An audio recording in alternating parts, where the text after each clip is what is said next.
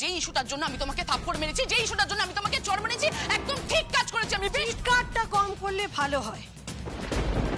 বাড়িতে গেস্ট আছে, তাছাড়া এটা ভদ্রলোকের বাড়ি। তাই নাকি? তার মানে আমি থাকলে আপনাদের অসুবিধা হচ্ছে, তাই তো? আমি থাকলে আপনাদের অসুবিধা হচ্ছে। ঠিক আছে ঠিক আছে বেদ, আমি তাহলে চলে যাচ্ছি এখান থেকে। আমি তাহলে চলে যাচ্ছি।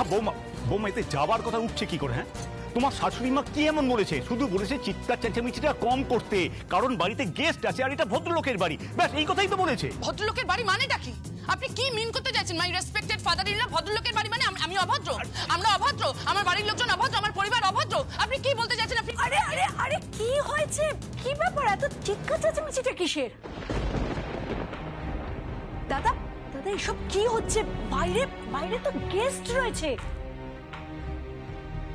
আর গেট ট্রাই টু আন্ডারস্ট্যান্ড, আমাদের একটা মান সম্মান বলে ব্যাপার আছে, তাই তো? তাই না? হ্যাঁ, শুধু আপনাদের মান সম্মান আছে? শুধু আপনাদের মান সম্মান আছে? আপনাদের সবার মান সম্মান যাচ্ছে, তাই তো? আর আমাদের মান সম্মানটা ঠুনকো কেন বৌমা, কি হয়েছে তোমাদের? কি হয়েছে?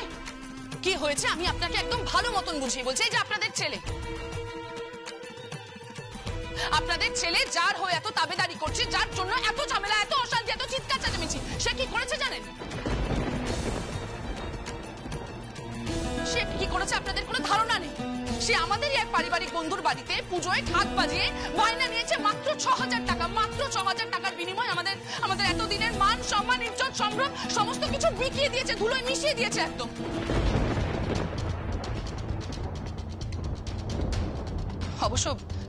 অবশ্য ওর কাছ থেকে এটা এক্সপেক্টেড। ক্লাস বলে তো একটা বিষয় আছে, তাই না? ক্লাস বলে তো একটা বিষয় হয়, তাই না বেদ? বৌমা তোমাদের বাড়ির সমস্যা নিয়ে আমার কোনো রকম মাথা ব্যথা নেই। বৌমা একটা কথা মাথায় রাখো, তোমার বিয়ের পর থেকে কিন্তু এটাই তোমার পরিবার। আরে বাবা, সেটা বুঝছে কোথায়? চিৎকার করে যাচ্ছে, ড্রয়িং রুমে গেস্ট আছে। বেশ করেছি, চিৎকার করেছি, বেশ করেছি, আমি চিৎকার করেছি।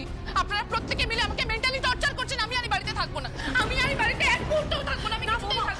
আরে থাকবে না মানে কি? কি হচ্ছে এসব? আমি আর এই বাড়িতে থাকবো না বৌমা, আমি কিছুতেই থাকবো না। গীত তুমি মাথা ঠান্ডা করো। গীত আমার মাথা ঠান্ডা করতে পারবো না, আমি এই বাড়িতে থাকবো না। গীত আমি বলছি শোনো, এরকম মাথা গরম করে এরকম কাজ করো না। গীত আমি এই বাড়িতে আর থাকবো না। বেদ, গীত তুমি আমার দিকে তাকাও, আমার দিকে তাকাও। তুমি ছাড়ো আমাকে। গীত আরে বেদ দেখ কি করছে এগুলো। গীত আমার কথাটা, গীত তুমি যদি তুমি এরকম মাথা গরম করে যেও না। গীত তোমার বাবা মা কি ভাববে? যা ভাবার ভাবুক, আমি আর এখানে থাকবো না। আমি এখানে কিছুতেই থাকবো না। গীত তুমি আমার কথাটা শোনো। গীত আমাকে এখানে তুমি আমার কথাটা শোনো। বৌমা প্লিজ এটা করো না বৌমা, প্লিজ। কি হচ্ছে কি বৌমা, একটু মাথা ঠান্ডা করো তুমি। গীত আমি তোমাকে রিকোয়েস্ট করছি, গীত আমার কথাটা আমাকে তুমি ছাড়ো। কি হচ্ছে না? গীত ফর গড সেক তুমি আমার কথাটা বোঝার চেষ্টা করো। গীত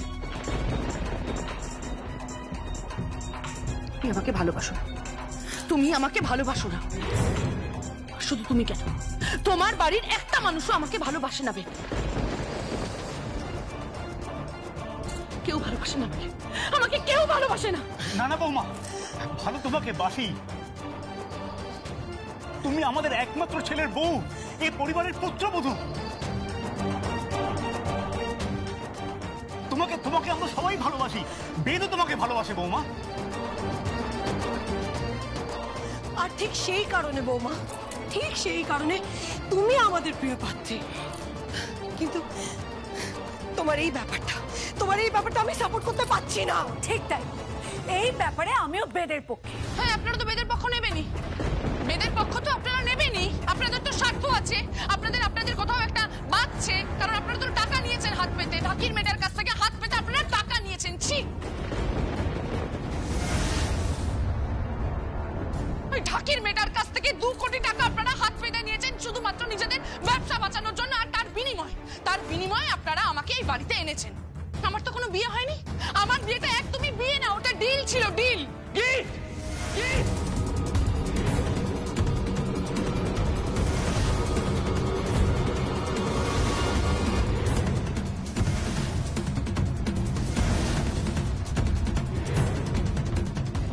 থামলে কেন?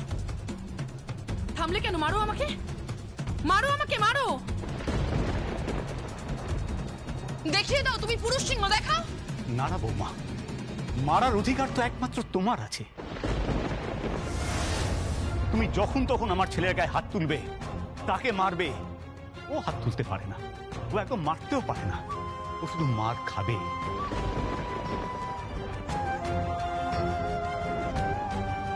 পুরুষরা শুধু মার খাবে তোমার মতন স্ত্রীর কাছ থেকে। যত সব। এত বড় কথা বলে গেল তো আমাকে। এবার দেখো আমি কি করি। হ্যাঁ, আমি সব ভাঙচুর করে দেবো, সবকিছু ভাঙচুর করে দেবো আমি। আর একটা গন্ডগোল করলে এর ফল কিন্তু ভালো হবে না গীত। কি করবে তুমি? কি করবে তুমি? আমি বললাম আর চিৎকার করলে কিন্তু গন্ডগোল বাঁচবে। তুমি আমাদের সম্পর্কটা নিয়ে না ছিনিমিনি খেলছো আমাদের সম্পর্কটা নিয়ে। আমাদের সমস্যাটাকে তুমি পাবলিক করে দিয়েছো গীত, পাবলিক করে দিয়েছো। It's very bad. ছি গীত, ছি। এটা তোমার ভালোবাসা? হ্যাঁ, ছি ছি ছি ছি।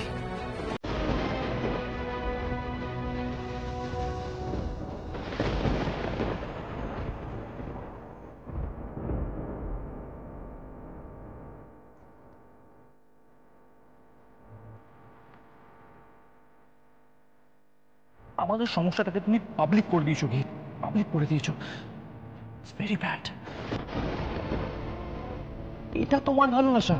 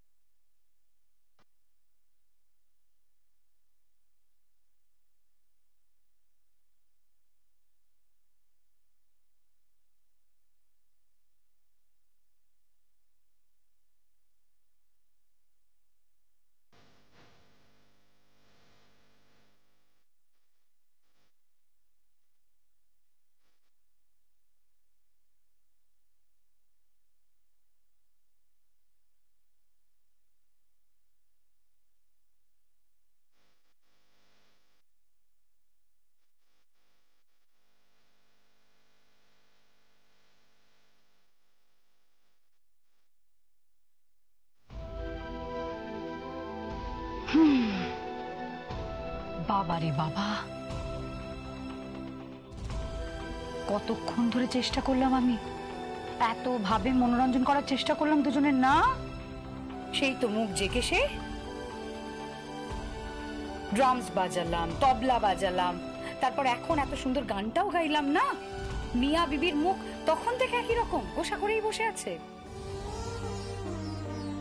এই যমুনা, কি হয়েছে?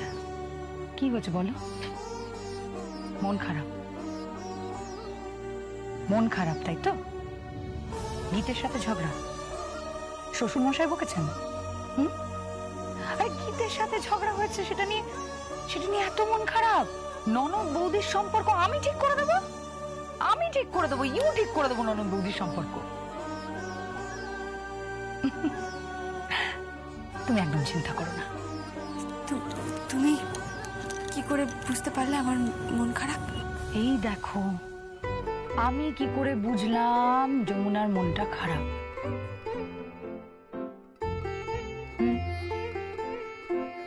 যমুনা, মন খারাপের না একটা ছবি হয়।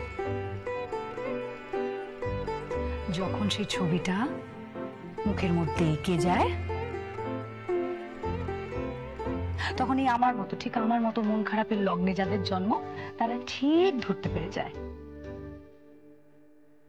যে এই মুহূর্তে যমুনার মনটা খারাপ, আর ঠিক তেমন ওদিকে সঙ্গীতের মনটাও খারাপ। সঙ্গীত, জীবনটা না একটা অদ্ভুত সময়।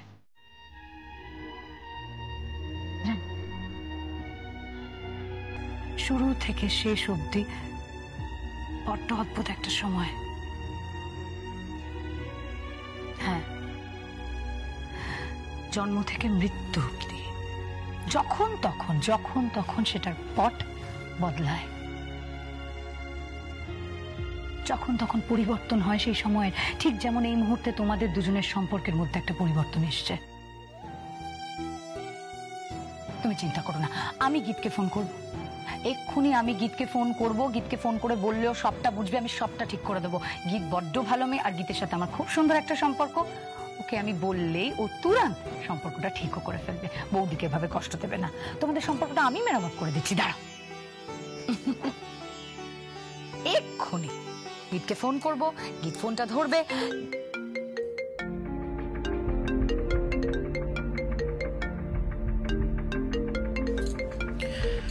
হ্যালো, কে বলছেন? গীত, আমি তাথই বলছি। তুমি নাম্বারটা দেখোনি? খেয়াল করিনি, বলো। ও মা, ওদিকেও যে দেখছি মন খারাপ। তোমার মনটা খারাপ মনে হচ্ছে। তুমি কি করে বুঝলে? গলার আওয়াজ শুনে। এদিকে একজনের মুখ দেখে আর ওদিকে তোমার গলার আওয়াজ শুনে বুঝতে পারছি দুজনেরই মনটা খারাপ, কারণ তাদের মধ্যে সম্পর্কটা তো খুব ভালো। তারা দুজনেই দুজনকে এই মুহূর্তে মিস করছে, and they love each other. এই এক সেকেন্ড, কার কথা বলছো বলো তো? যমুনা। ও, তার মানে এখন তুমি ওই ঠাকির মেয়েটার কাছে আছো, তাই তো? গীত, গিরগিটির মতন রং পাল্টে ফেলেছো, হ্যাঁ? তা কিসের ধান্দায় মিশছো তাথই? না, এক্স্যাক্টলি তুমি কিসের ধান্দায় মিশছো? যেই বুঝে গেছো যে গীত সেনের কাছে তো অত টাকা নেই, গীতের শ্বশুর মশাই তো যমুনা ঢাকির কাছ থেকে হাত পেতে টাকা নিয়েছে, রায় পরিবারের কাছ থেকে টাকা নিয়েছে, অমনি দল পাল্টে ফেলেছো। মোটা টাকা দেখে ঠিক ঘুরে গেছো, হ্যাঁ, সময় মতন। এভাবে না বড় লোকদের পা চাটাটা বন্ধ করো তাথই, বন্ধ করো এবার।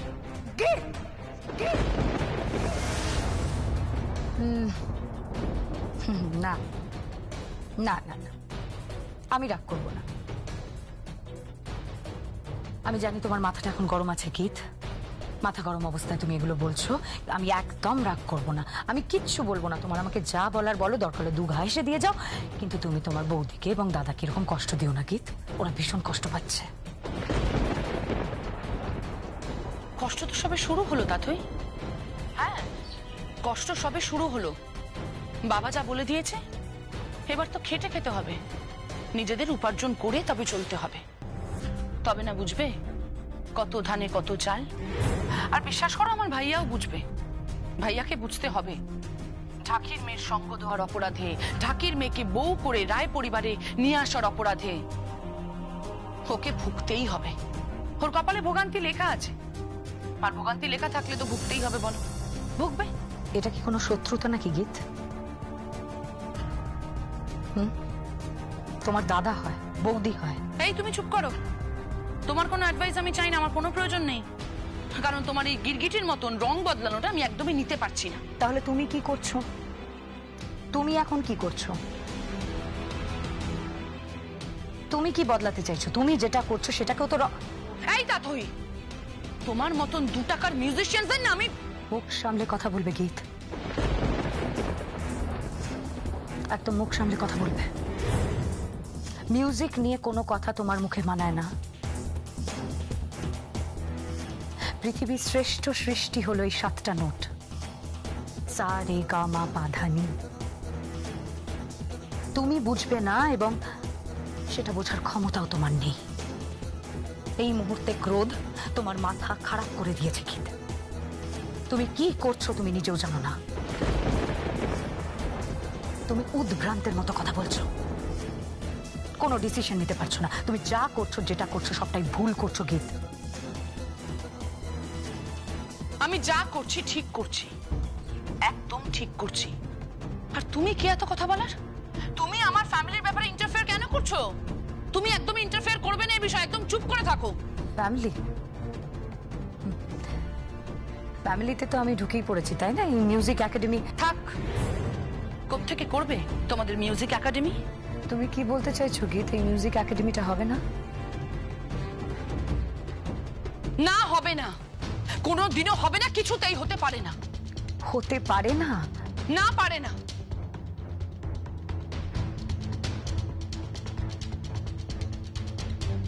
গীত, আমি তোমাদের কথোপকথন শুনছিলাম। সরি, কথোপকথন নয়, আমি তাথইয়ের কথা শুনছিলাম। আর তাতেই বুঝতে পারছিলাম যে ফোনের উল্টো দিক থেকে ঠিক কি কথা আসছে। একটা কথা কান খুলে শুনে রাখো, মিউজিক একাডেমি হবে, আর এমন ভাবে হবে যা তুমি কল্পনা করতে পারছো না। আরো একবার আমার শ্বশুর বাড়ি পরিবার মানে রায় পরিবার আমাকে নিয়ে আমার কাজের জন্য গর্ববোধ করবে, আবারও একবার। তবে এটাও ঠিক তোমার ভুলের জন্য তোমার রায় পরিবার যে অন্যায়টা করছে না, যে ভুলটা করছে, তার কেশারাত একদিন দিতে হবে, দিতে হবেই।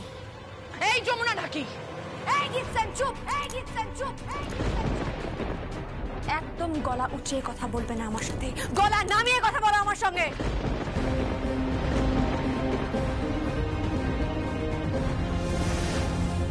যমুনা, চলো এখান থেকে, চলো আমরা বাড়ি ছেড়ে চলে যাই। দেখো, এখানে এই সিচুয়েশনে থাকা আমার পক্ষে সম্ভব না। এখানে বাবা আছে, কাকা কাকিমা, বড় পিসি, পিসে মশাই, ভাই বোন সবাই আছে। আর তাছাড়া আমার মাও তো আছে। আমার মা এই কথাগুলো শুনলে খুব কষ্ট পাবে। এদের সামনে আমি আলাদা করে উপার্জন করে আলাদা আলাদা ঘরে থাকবো, এটা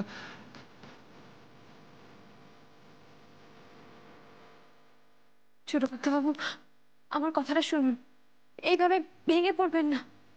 আপনি এইভাবে ভেঙে পড়লে আমি কোথায় যাব? আপনি একটু বোঝার চেষ্টা করুন, আমি তো সবসময় আপনার পাশে আছি, বলুন, সবসময়।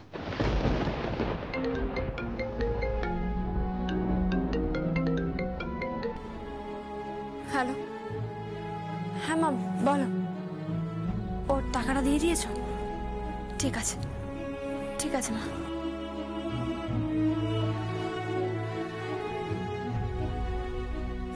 কি বললেন? মা বললেন যে ৬,০০০ টাকা উকিলকে দিয়ে দিয়েছে।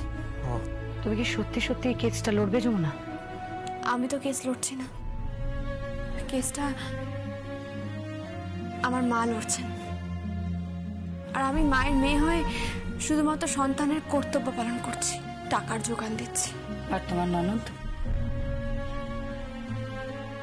ওর পাশেই তো আছে, ওর পরেই কথা বলবো। কোর্টেও ওর পাশেই বসবো অবশ্যই, যদি আমাকে প্রয়োজন পড়ে। তো যদি আমাকে সাক্ষী দিতে বলে, আমি গীতের পরে সাক্ষী দেব। মা আর বোনের কি করব বলো? আমার অস্তিত্ব, আমার কর্তব্য আমাকে দুভাগে ভাগ করে দিয়েছে। একটা শ্বশুর বাড়ির জন্য আর একটা বাপের বাড়ির জন্য। এটাই বোধহয় এই বাড়ির বউয়ের ভবিতব্য।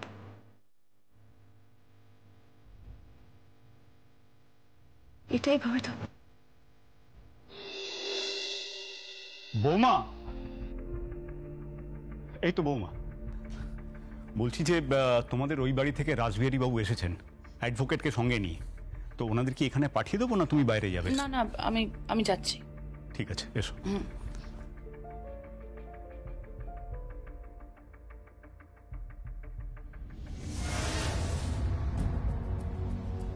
ওই তো গীতমা এসে গেছে।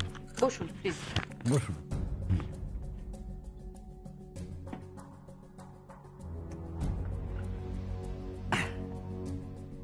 গীতমা, এই ওনাকে নিয়ে এসেছি।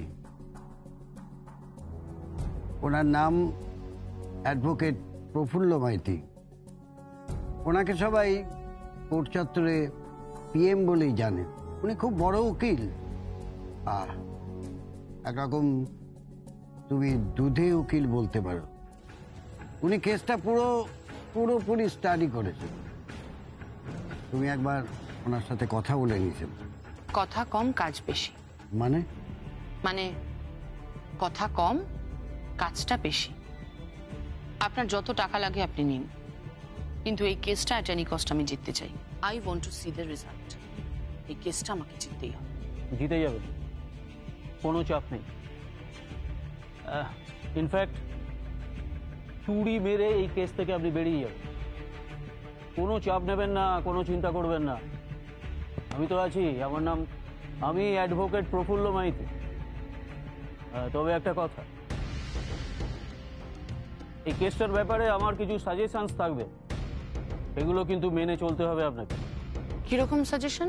আপনার পরিবার আপনার পাশে তো, আই মিন এটা তো একটা পারিবারিক সমস্যা। আপনার পরিবারের সমস্ত মেম্বার্স, আপনার বাবা মা আর দ্যাট লেডি শিউলি দাসের বড় মেয়ে আপনাদের বাড়ির বউ। বউ। তিনি কোন পক্ষের? প্রতিপক্ষ। হোয়াট? উনি আমার বিরুদ্ধে এই কেসটায় ওনার মাকে টাকা জোগান দিচ্ছে। এই কেসটা এখন একটা ননদ বৌদির কেস হয়ে গেছে, একটা লড়াই। আর এই লড়াইয়ে আমি কিছুতেই হারতে পারি না, আমাকে জিততেই হবে। আপনার যত টাকা লাগে আমি আপনাকে দেব।